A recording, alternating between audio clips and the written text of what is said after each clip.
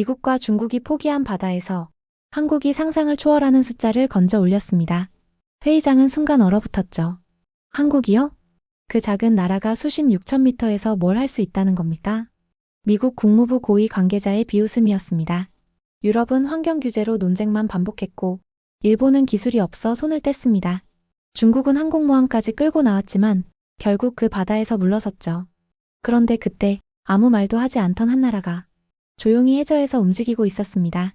성공 확률 3% 미만. 수심 수천 미터 아래. 누구도 장담하지 못하던 작업이었죠. 결과는 충격적이었습니다. 코발트, 니켈, 망간, 구리. AI 혁명의 핵심 광물이 한꺼번에 쏟아졌고 그 매장 가치는 이경 3천조 원. 한국 국가 예산의 몇 배에 달하는 규모였습니다. 이건 우리가 계산을 잘못한 건가? 강대국 전문가들이 당황하기 시작했습니다. 그들이 회의실에서 가능성을 따질 때 한국은 이미 수십 년 전부터 다른 계산을 하고 있었던 겁니다. 포기한 쪽과 끝까지 파고든 쪽, 그 선택이 만든 반전, 지금부터 공개합니다. 여러분이라면 이 순간 물러섰을까요? 아니면 끝까지 갔을까요? 지금 구독과 좋아요로 함께 하시고 여러분의 판단을 댓글로 남겨주세요. 새벽 4시 30분 태평양 함대 작전실에서 나오면 안 되는 그래프가 떠 있었습니다. 전력 소비 예측선이 동시에 3개나 경고 구간으로 올라갔죠. 그것도 한 나라가 아니라 5개 대륙에서였습니다. 저는 그제야 깨달았습니다. 이건 전쟁이 아니라 전력이 무너지는 신호라는 걸요. 그날까지 저는 숫자만 믿는 사람이었습니다. 미 해군 태평양 함대 작전 책임자 제임스 밀러입니다. 작전실 천장의 형광등은 밤낮 없이 켜져 있었어요. 스크린 12개가 동시에 작동하고 있었습니다. 항공모함 3척과 구축함 17척의 배치를 계산하는 게 제 일이었죠. 12년 동안 이 자리에서 숫자만 봤습니다. 평소와 다른 건 하나였습니다. 전력 소비 예측 그래프가 3개나 떠 있다는 거였어요. 전력 그래프는 흔히 흔들립니다.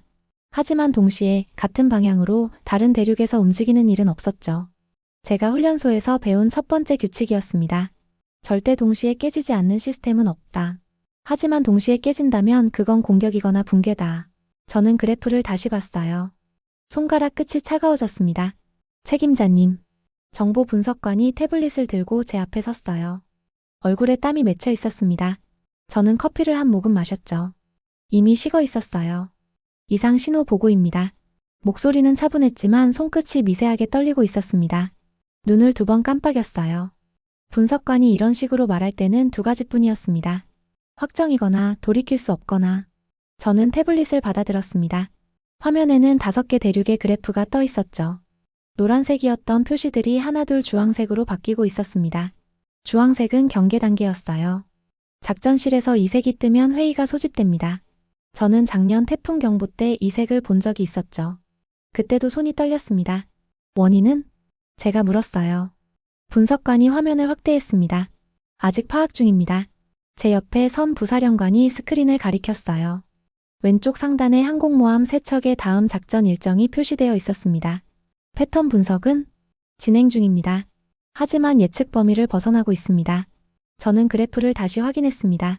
수요 곡선이 가파르게 치솟아 있었어요.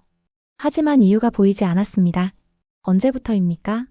48시간 전부터입니다. 처음엔 단일 지역 오류로 판단했습니다.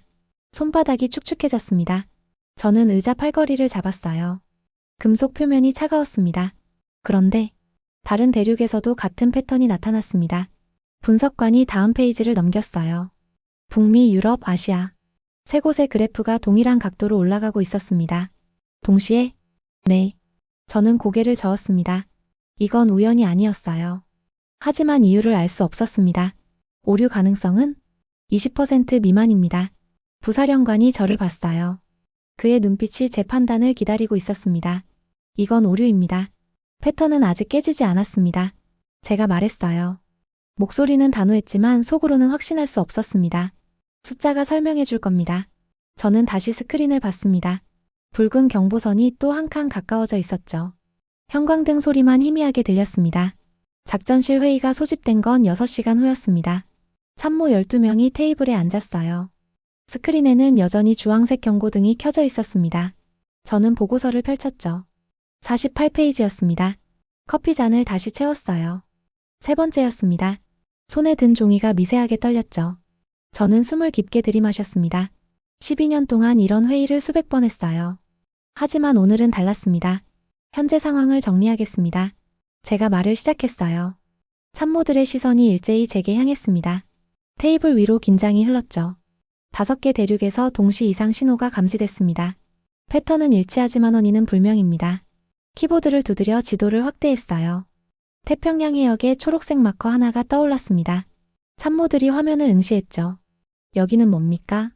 부사령관이 물었어요. 저는 마커를 클릭했습니다. 선박 정보가 팝업으로 나타났죠. 한국 심해 채굴선입니다. 사흘 전 출항했습니다. 민간 선박입니까? 네. 참모 한 명이 손을 들었어요. 정보국장이었습니다. 그의 눈빛이 날카로웠죠. 이 선박과 이상 신호의 연관성은? 저는 보고서 다음 장을 넘겼습니다. 숫자들이 빼곡히 적혀 있었어요. 제 눈은 그 숫자들을 훑었습니다. 직접 연관성은 확인되지 않았습니다. 그렇다면 왜 여기 표시했습니까? 정보국장의 목소리가 날카로워졌어요. 저는 화면을 다시 봤습니다. 마커가 깜빡이고 있었죠. 위치가 특이합니다. 수심 6,000m 지점입니다. 그게 문제입니까? 아닙니다. 저는 단호하게 대답했어요. 손가락으로 테이블을 두드렸습니다. 금속 소리가 회의실에 울렸죠. 자원 문제는 군이 개입할 사안이 아닙니다. 부사령관이 고개를 끄덕였어요. 참모 6명도 동의했습니다. 저는 확신했어요. 이건 우리 일이 아니었습니다. 채굴선은 민간 변수입니다. 우리 작전 범위가 아닙니다. 제가 다시 말했어요. 키보드를 눌러 다른 화면으로 전환했습니다. 항공모함 3척의 배치도가 나타났죠. 파란 점들이 규칙적으로 배열되어 있었습니다. 우리는 군함을 지킵니다. 그게 우선순위입니다. 테이블 위로 침묵이 흘렀어요. 형광등 소리가 다시 들렸습니다.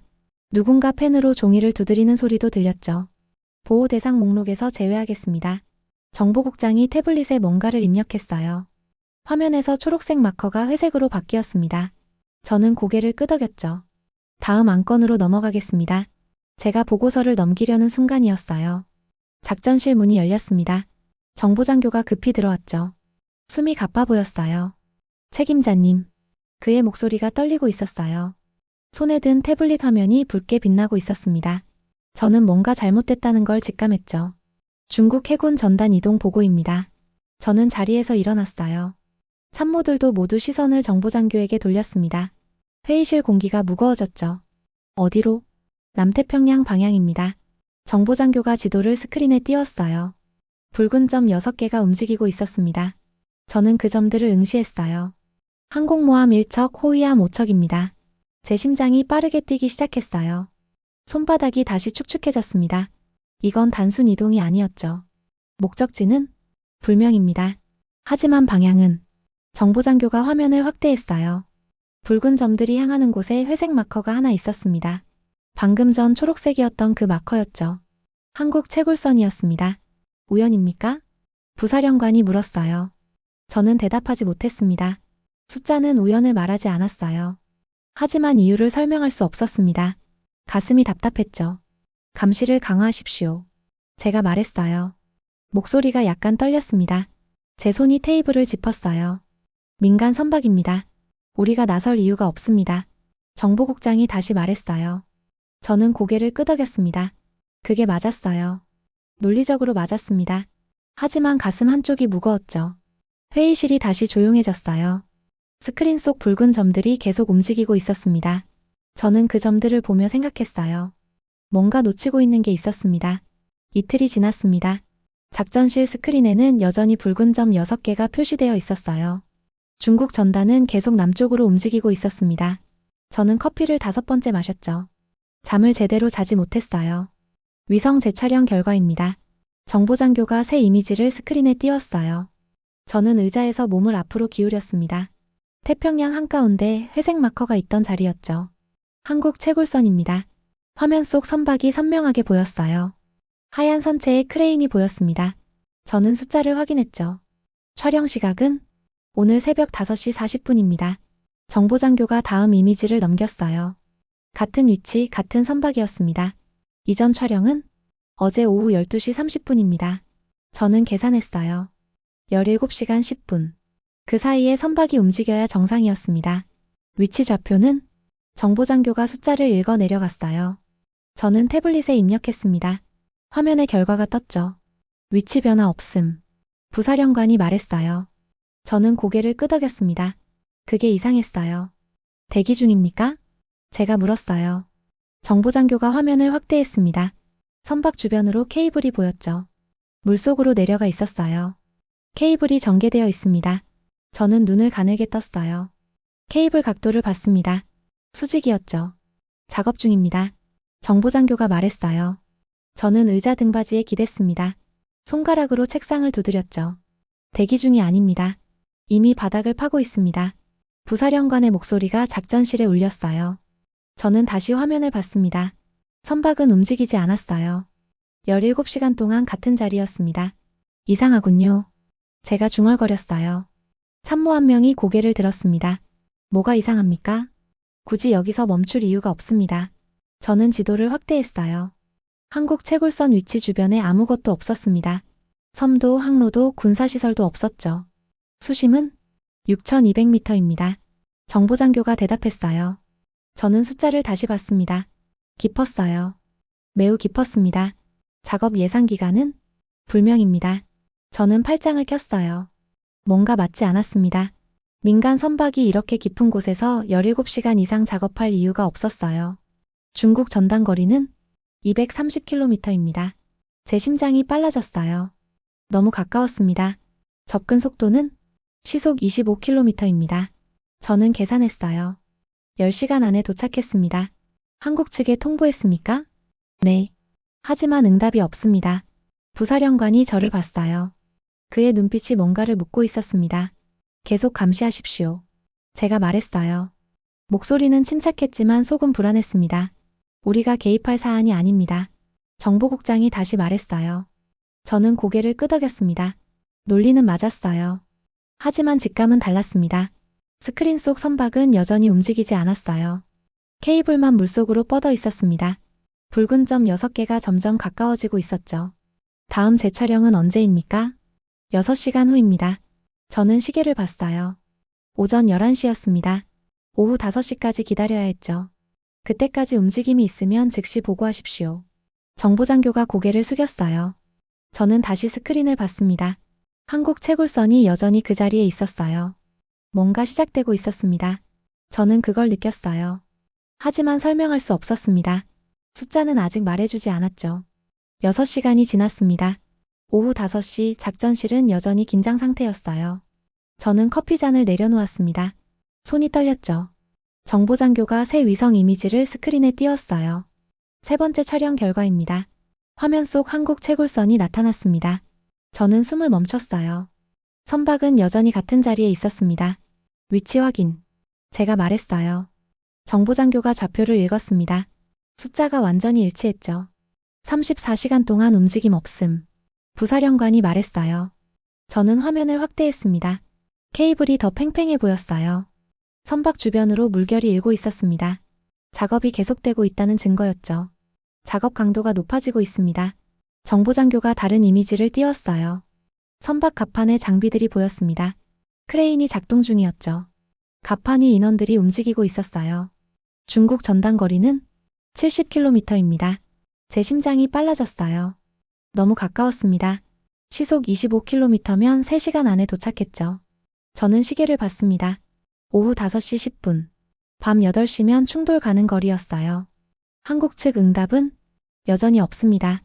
저는 의자에서 일어났어요. 창밖을 봤습니다. 진주만의 석양이 붉게 물들어 있었죠. 하늘과 바다 경계가 흐릿했어요. 긴급 통신을 제시도하십시오. 네.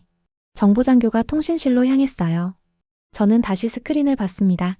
붉은 점 6개가 선박을 향해 일직선으로 다가가고 있었어요. 속도가 일정했습니다. 책임자님. 기술 분석관이 문을 열고 들어왔습니다. 손에 태블릿을 들고 있었어요. 얼굴이 창백했죠. 이마에 땀이 맺혀 있었습니다. 현장 분석 보고입니다. 저는 태블릿을 받아들었어요. 화면에는 복잡한 도표가 떠 있었습니다. 선 여러 개가 교차하고 있었죠. 해저 작업 단계를 분석했습니다. 분석관이 도표를 가리켰어요. 6개 단계가 표시되어 있었습니다. 각 단계마다 색이 달랐어요. 현재 어느 단계입니까? 5번째입니다. 저는 다음 항목을 봤어요. 로봇팔 교체 구간이라고 적혀 있었습니다. 붉은색이었죠. 로봇팔이 뭡니까? 해저 채굴 장비입니다. 수심 6,000m에서 작동합니다. 분석관이 다음 페이지를 넘겼어요. 장비 사진이 나타났습니다. 거대한 기계팔이었죠. 금속 관절이 여러 개 연결되어 있었어요. 교체 주기는 작업 강도에 따라 다릅니다. 하지만 평균 6시간에서 8시간입니다. 저는 계산했어요.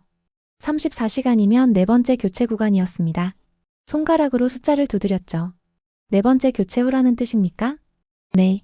정확히는 네 번째 교체를 완료한 직후입니다. 제 손이 차가워졌어요. 뭔가 중요한 정보가 숨어 있었습니다.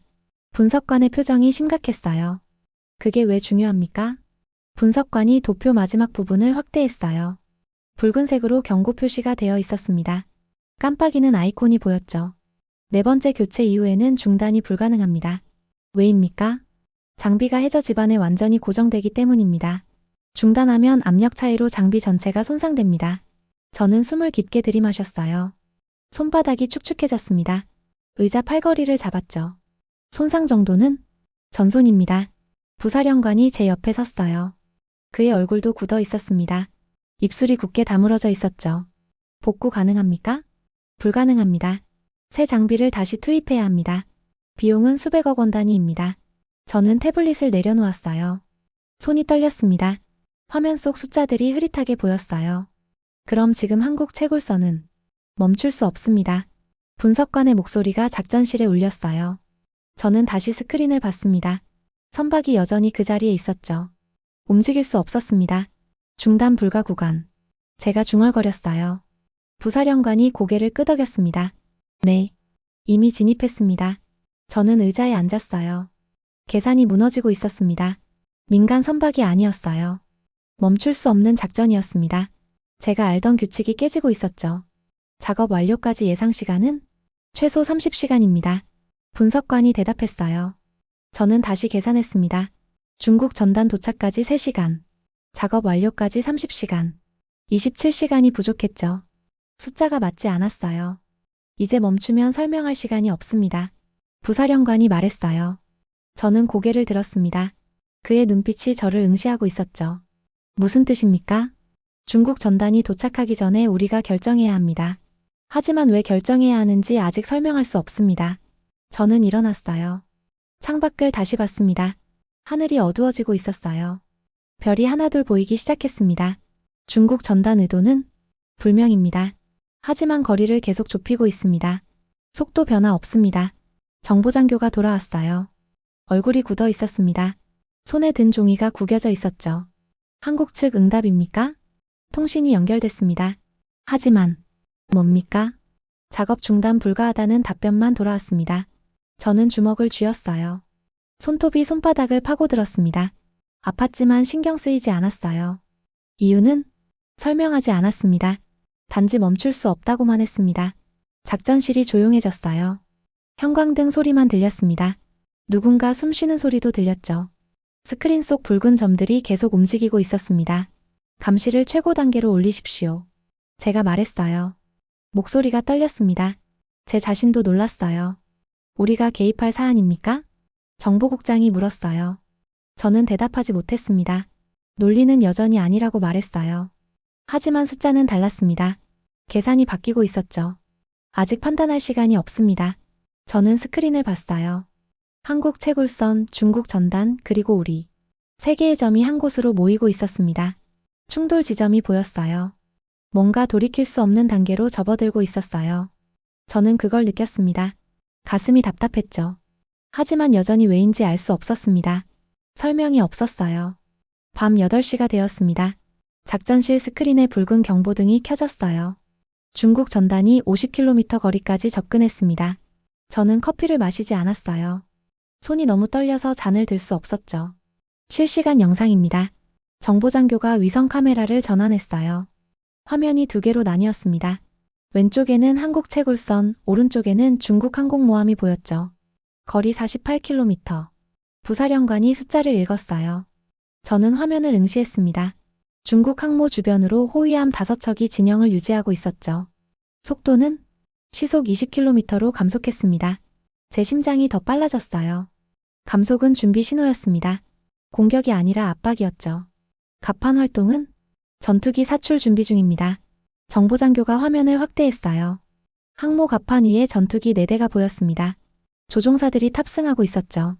한국 채굴선 상태는 변화 없습니다. 작업 계속 중입니다. 저는 왼쪽 화면을 봤어요. 선박은 여전히 움직이지 않았습니다. 케이블이 팽팽하게 당겨져 있었죠. 갑판 위 크레인이 작동하고 있었어요. 통신 시도는 12번 시도했습니다. 응답 없습니다. 손바닥에 식은땀이 흘렀어요. 저는 의자 팔걸이를 잡았습니다. 금속이 차갑게 느껴졌죠. 중국 측 통신은 경고 메시지를 발신했습니다. 작업 중단을 요구하고 있습니다. 부사령관이 메시지 내용을 스크린에 띄웠어요. 간단했습니다. 즉시 작업 중단하라. 그렇지 않으면 안전을 보장할 수 없다. 협박입니까? 제가 물었어요. 정보국장이 고개를 끄덕였습니다. 네. 하지만 직접적인 공격 의도는 보이지 않습니다. 저는 다시 화면을 봤어요. 중국 전투기가 이륙 대기 중이었습니다. 엔진에서 열기가 피어오르고 있었죠.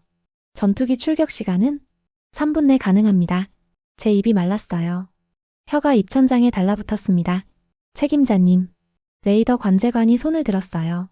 목소리가 급했습니다. 전투기 이륙 신호 포착했습니다. 스크린이 붉게 변했어요. 저는 자리에서 일어났습니다. 화면 속 항모 갑판에서 전투기 한 대가 사출되고 있었죠. 한 대 출격 확인. 방향은 한국 채굴선입니다. 제 다리가 후들거렸어요. 의자를 잡고 버텼습니다. 속도와 고도는 속도 시속 800km, 고도 1000m입니다. 저는 계산했어요. 48km면 3분 30초였습니다. 무장 상태는 확인 중입니다. 화면이 다시 전환됐어요. 전투기가 한국 채굴선을 향해 직선으로 날아가고 있었습니다. 배기가스가 하얀 선을 그었죠. 두 번째 전투기 이륙. 관제관이 다시 보고했어요. 저는 숨을 참았습니다. 세 번째도 준비 중입니다. 부사령관이 제 옆에 섰어요. 그의 얼굴이 굳어 있었습니다. 이건 경고가 아닙니다. 제가 말했어요. 목소리가 떨렸습니다. 압박입니다. 정보국장이 대답했어요. 저는 화면을 뚫어지게 봤습니다. 첫 번째 전투기 목표 지점 10km. 관제관의 목소리가 커졌어요. 작전실 안 모든 사람이 스크린을 보고 있었습니다. 고도 하강 중. 500m. 제 손이 떨렸어요. 주먹을 쥐었습니다. 한국 채굴선 반응은 없습니다. 작업 계속 중입니다. 화면 속 전투기가 한국 선박 상공을 통과했어요. 거리가 매우 가까웠습니다. 소음이 얼마나 컸을지 상상이 됐죠. 통과 고도 500m. 거리 800m. 관제관이 숫자를 읽었어요.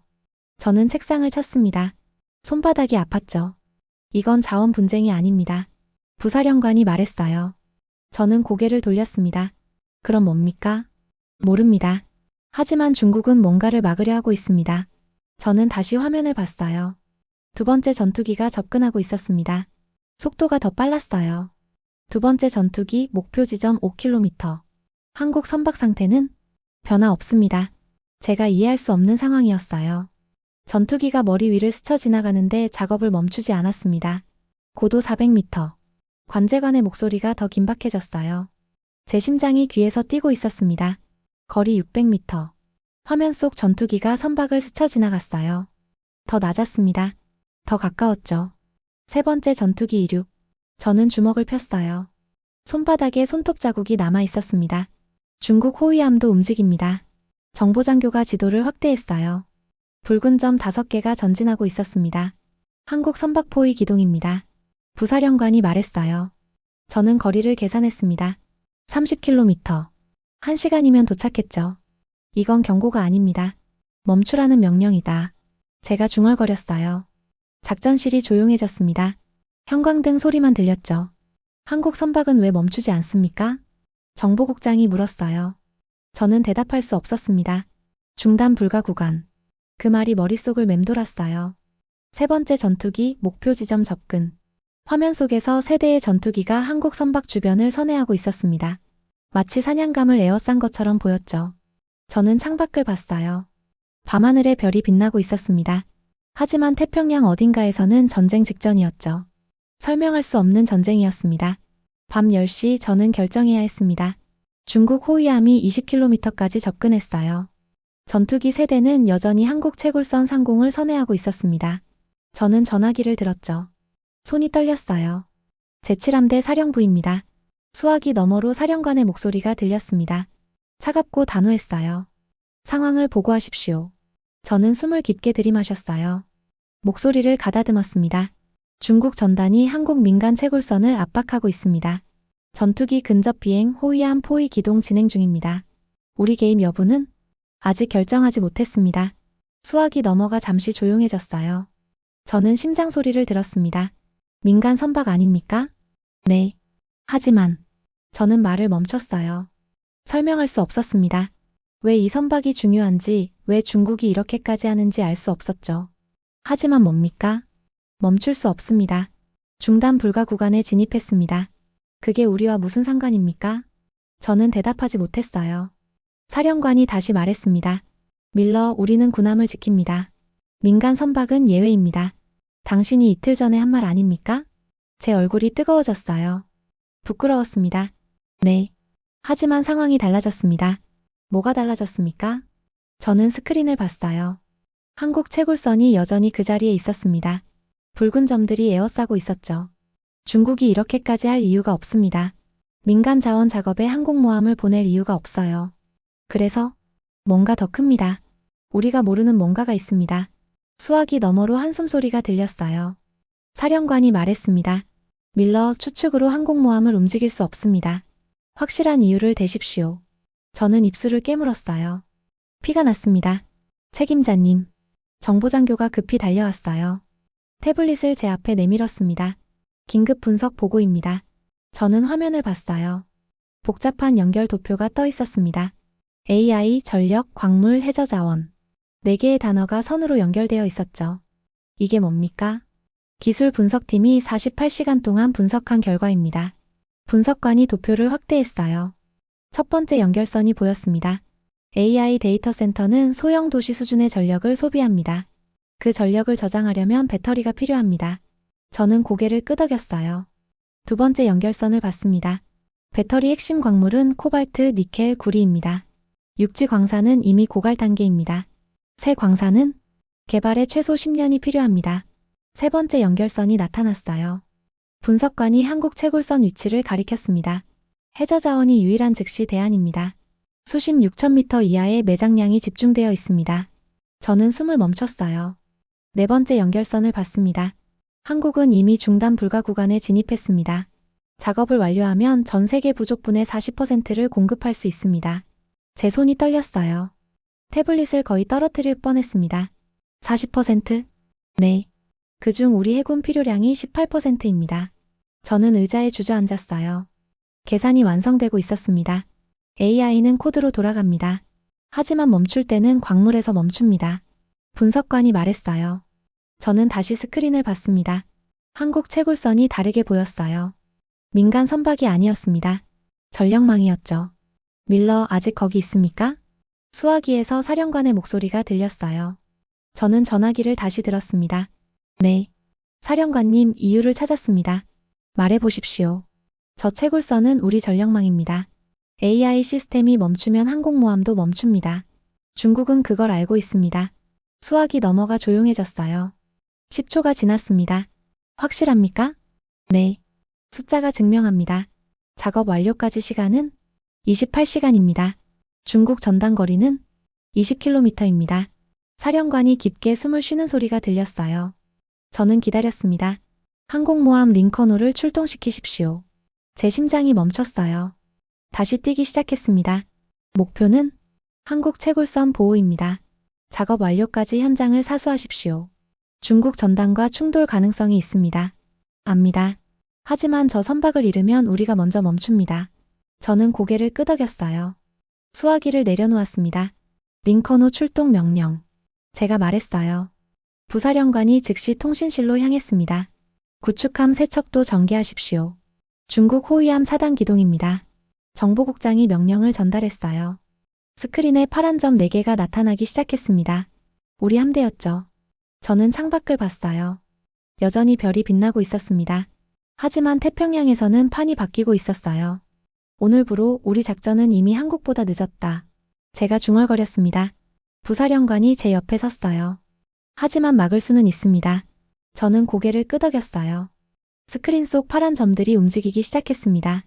한국 채굴선을 향해서였죠. 뒤늦게 따라붙는 거였습니다. 하지만 따라붙어야 했어요. 그렇지 않으면 우리가 먼저 멈췄습니다. 새벽 1시 항공모함 링컨호가 현장에 도착했습니다. 저는 작전실에서 실시간 영상을 보고 있었어요. 스크린에 파란 점 4개가 한국 채굴선 주변으로 전개되고 있었습니다. 구축함 3척과 항공모함 1척이었죠. 배치 완료. 함대 지휘관의 목소리가 통신으로 들렸어요. 저는 숨을 깊게 들이마셨습니다. 중국 전단 반응은 속도를 늦추고 있습니다. 거리 15km에서 정지했습니다. 저는 화면을 확대했어요. 붉은 점 6개가 멈춰 있었습니다. 파란 점 4개와 마주 보고 있었죠. 전투기는 선회를 멈췄습니다. 고도를 올리고 있습니다. 부사령관이 제 옆에서 말했어요. 저는 고개를 끄덕였습니다. 압박이 멈췄어요. 하지만 철수하지는 않았습니다. 한국 채굴선 상태는 작업 계속 중입니다. 예상 완료 시간 27시간입니다. 저는 시계를 봤어요. 새벽 1시 10분. 내일 밤 4시면 끝났습니다. 27시간 동안 현장을 지켜야 합니다. 제가 말했어요. 정보국장이 고개를 저었습니다. 중국이 물러서지 않을 겁니다. 압니다. 저는 스크린을 다시 봤어요. 붉은 점과 파란 점 사이 거리가 15km였습니다. 충분히 가까웠어요. 언제든 충돌할 수 있는 거리였죠. 구축함 배치를 조정하십시오. 중국 호위함과 1대1 대응입니다. 함대 지휘관이 명령을 전달했어요. 파란 점 3개가 움직이기 시작했습니다. 각각 붉은 점 하나씩을 마주보며 정지했죠. 대응 배치 완료. 저는 의자에 앉았어요. 손이 떨렸습니다. 이건 보호가 아니었어요. 차단이었죠. 책임자님. 정보장교가 새 보고서를 가져왔어요. 저는 첫 줄을 읽었습니다. 중국 측 통신 내용입니까? 네. 30분 전 발신됐습니다. 저는 내용을 확인했어요. 간단했습니다. 미국의 개입은 지역 안정을 해친다. 즉각 철수하라. 회신은? 하지 않았습니다. 저는 보고서를 내려놓았어요. 회신할 필요가 없었습니다. 우리 함대 배치가 답이었죠. 국방부 반응은? 우려하고 있습니다. 충돌 위험이 너무 높다고 판단합니다. 부사령관이 태블릿을 보여줬어요. 고위층 메시지가 떠 있었습니다. 하지만 철수 명령은 없습니다. 제가 말했어요. 부사령관이 고개를 끄덕였습니다. 아직은요. 저는 창밖을 봤어요. 진주만이 어둠 속에 잠겨 있었습니다. 하지만 태평양 어딘가에서는 두 함대가 대치하고 있었죠. 6시간이 지났습니다. 정보장교가 보고했어요. 새벽 7시였습니다. 저는 커피를 마셨어요. 9번째였습니다. 상황 변화는? 없습니다. 양측 모두 움직이지 않고 있습니다. 저는 스크린을 봤어요. 붉은 점과 파란 점이 여전히 같은 자리에 있었습니다. 한국 채굴선만 계속 작업하고 있었죠. 작업 진행률은 60%입니다. 예상대로 진행 중입니다. 저는 숫자를 계산했어요. 21시간이 남았습니다. 중국 전단 보급 상태는 확인 중입니다. 하지만 최소 48시간은 현장에 머물 수 있습니다. 부사령관이 대답했어요. 저는 고개를 끄덕였습니다. 충분히 길었어요. 우리 함대는 72시간 작전 가능합니다. 저는 안도했어요. 시간은 우리 편이었습니다. 12시간이 더 지났습니다. 저녁 7시 정보장교가 다시 보고했어요. 저는 샌드위치를 먹고 있었습니다. 맛이 없었죠. 충돌 징후는? 없습니다. 중국 전단이 한 발짝도 움직이지 않고 있습니다. 저는 이상하다고 느꼈어요. 너무 조용했습니다. 전투기는 고도 3000m에서 대기 중입니다. 한국 채굴선에 접근하지 않습니다. 뭔가 바뀌고 있었어요. 저는 그걸 느꼈습니다. 중국이 포기했습니까? 정보국장이 물었어요. 저는 고개를 저었습니다.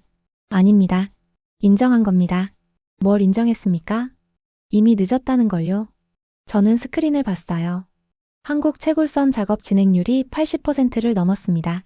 이제 막을 수 없었어요. 작업 완료까지 9시간입니다. 정보장교가 말했어요. 저는 시계를 봤습니다. 밤 7시. 새벽 4시면 끝났죠. 현장 보호를 유지하십시오. 출하 완료까지 한 척도 철수하지 마십시오. 제가 명령했어요. 함대 지휘관이 확인했습니다. 저는 의자에 기댔어요. 몸이 무거웠습니다. 48시간 동안 거의 잠을 자지 못했죠. 책임자님. 부사령관이 제 어깨를 두드렸어요. 저는 고개를 들었습니다. 우리가 이겼습니까? 저는 쓴웃음을 지었어요. 이긴 게 아니었습니다. 아닙니다. 이건 지원이 아니라 뒤늦게 따라붙은 거다. 부사령관이 조용히 고개를 끄덕였어요. 저는 다시 스크린을 봤습니다. 한국은 멈추지 않았어요. 전투기가 머리 위를 날아도 항공모함이 에워싸도 멈추지 않았습니다. 중단 불가 구간이었기 때문이죠. 하지만 그게 다가 아니었어요. 한국은 이미 끝냈습니다.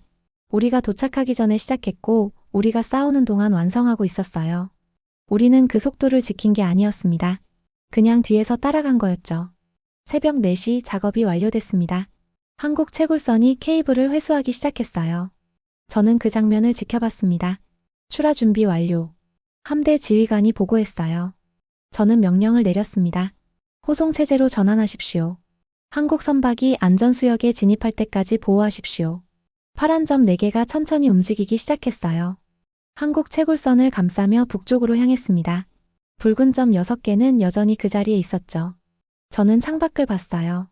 동쪽 하늘이 밝아지고 있었습니다. 새벽이었어요. 우리가 지킨 건 한국이 아니었습니다. 한국이 끝낸 시간이었죠. 석 달이 지났습니다. 저는 워싱턴 국방부 회의실에 앉아 있었어요. 참모 20명과 각국 해군 대표 12명이 테이블을 둘러싸고 있었습니다.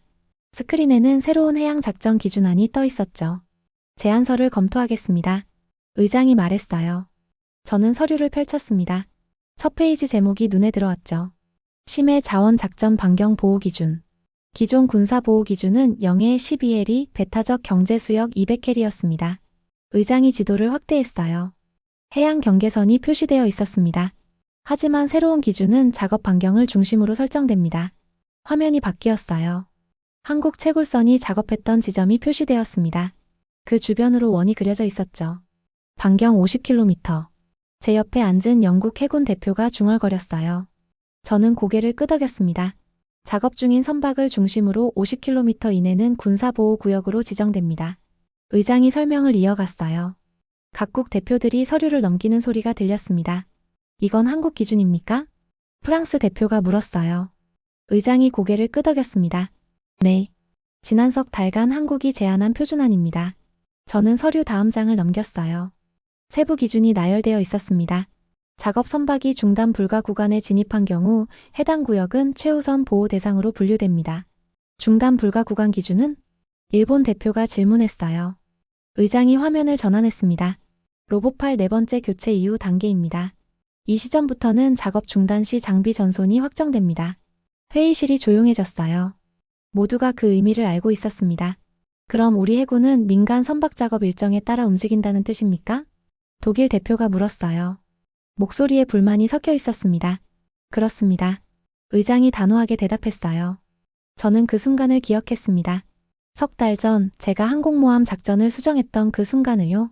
이미 실행된 사례가 있습니까? 영국 대표가 물었어요. 의장이 저를 봤습니다. 밀러 책임자가 설명하시겠습니다. 저는 자리에서 일어났어요. 손이 떨렸지만 참았습니다. 석 달 전 남태평양에서 한국 채굴선이 작업 중이었습니다. 중국 항모전단이 압박했고 저는 미 해군 항공모함을 투입했습니다. 스크린에 당시 작전 기록이 떠올랐어요. 붉은 점과 파란 점이 대치하던 그 화면이었습니다. 우리는 작업 완료까지 27시간 동안 현장을 지켰습니다. 충돌은 없었습니다. 하지만 위험했습니까? 프랑스 대표가 물었어요. 저는 고개를 끄덕였습니다. 네. 하지만 선택지가 없었습니다. 왜입니까? 저는 숨을 깊게 들이마셨어요. 다음 슬라이드를 넘겼습니다. 그 채굴선은 전 세계 AI 전력 부족분의 40%를 공급할 수 있었습니다.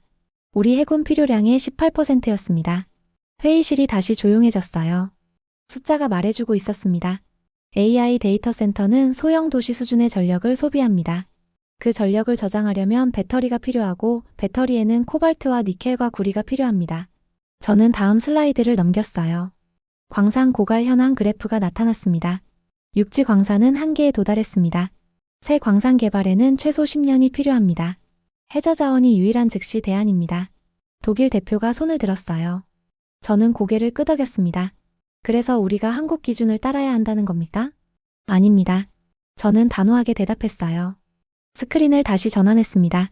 한국이 먼저 끝냈기 때문입니다. 우리는 뒤늦게 도착했습니다. 회의실에 긴 침묵이 흘렀어요. 저는 마지막 슬라이드를 띄웠습니다. 한국은 3달 동안 추가로 4차례 채굴을 완료했습니다. 매번 중단 불가 구간 운영 기준을 지켰고 매번 성공했습니다. 다른 나라는? 일본 대표가 물었어요. 저는 고개를 저었습니다. 아직 수십 6,000m급 작전을 성공한 나라는 한국뿐입니다. 영국 대표가 서류를 덮었어요. 한숨을 쉬었습니다. 그럼 우리는 한국 표준을 인정하는 수밖에 없군요. 저는 고개를 끄덕였어요. 의장이 다시 발언했습니다. 투표를 진행하겠습니다. 심해 자원 작전 반경 보호 기준 한국안 채택에 찬성하시는 분? 손이 하나둘 올라갔어요. 저도 손을 들었습니다. 결국 15명이 찬성했죠. 채택되었습니다. 의장이 선언했어요. 저는 의자에 앉았습니다. 3달 전 그날이 떠올랐어요. 회의가 끝나고 저는 복도로 나왔습니다. 창밖으로 포토맥 강이 보였어요. 햇빛이 물 위에서 반짝이고 있었습니다. 밀러. 뒤에서 목소리가 들렸어요. 부사령관이었습니다. 수고했습니다. 저는 쓴웃음을 지었어요. 수고한 게 아니었습니다. 우리는 따라간 겁니다. 부사령관이 제 옆에 섰어요. 강을 함께 바라봤습니다. 하지만 막았습니다. 네, 막았습니다. 저는 고개를 끄덕였어요. 그게 우리가 할 수 있었던 전부였습니다. 세계 최강 해군이 지킨 건 바다가 아니었다. 이미 끝나버린 한국의 속도였다. 제가 중얼거렸어요. 부사령관이 조용히 웃었습니다. 이제 모두가 그 속도를 따라가야 합니다. 저는 창밖을 봤어요. 하늘이 맑았습니다. 어딘가 태평양 깊은 곳에서 한국 채굴선이 또 작업하고 있을 거였어요. 멈추지 않고 끝내면서요. 우리는 이제 그 시간표를 지키는 사람들이 되었습니다. 만든 게 아니라 따라가는 거였죠. 그게 새로운 현실이었습니다. 한국은 조용히 움직였고 세계는 뒤늦게 깨달았습니다. 이 이야기가 흥미로우셨다면 구독으로 함께 해주세요.